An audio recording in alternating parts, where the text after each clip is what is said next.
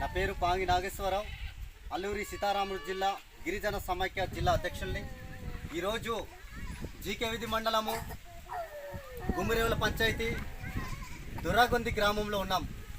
ఈరోజు దొరాగొంది గ్రామము గుమ్మిరేవుల పంచాయతీ ఏదైతే ఉందో ఆ పంచాయతీకి ఆనుకుని ఉన్న గ్రామాలు పీవీటీజీ గ్రామాలు పరమసింగవరము అలాగే దొరాగొంది గ్రామము.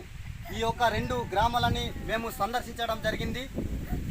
ఈరోజు ఈ పరమసింగవరం గ్రామం కానీ కావచ్చు, అలాగే ఈ దొరాగొంది గ్రామం కావచ్చు.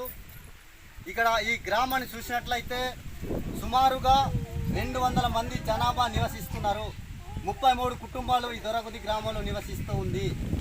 ఈ గ్రామంలో సుమారుగా 60-50 సంవత్సరాలు నివసిస్తున్నప్పటికీ సక్రమంగా చిన్నపిల్లలు అయితే చాలామంది ఉన్నారు. వారు చదువుకి దూరంగా అయిపోతున్నారు.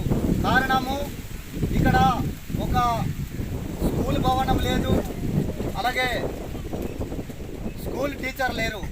స్కూల్ టీచరు ఈ యొక్క లేకపోవడం వలన ఇక్కడ పిల్లలు అయితే చాలామంది ఉన్నారు, వాళ్ళు విద్యకి దూరం అయిపోతున్నారు. అలాగే వాళ్ళకి వచ్చేటువంటి సంక్షేమ పథకాలు ఏవైతే ఉన్నాయో వాటి నుంచి కూడా దూరం అయిపోతున్నారు. కారణము ఇది ఎవరు నిర్లక్ష్యము.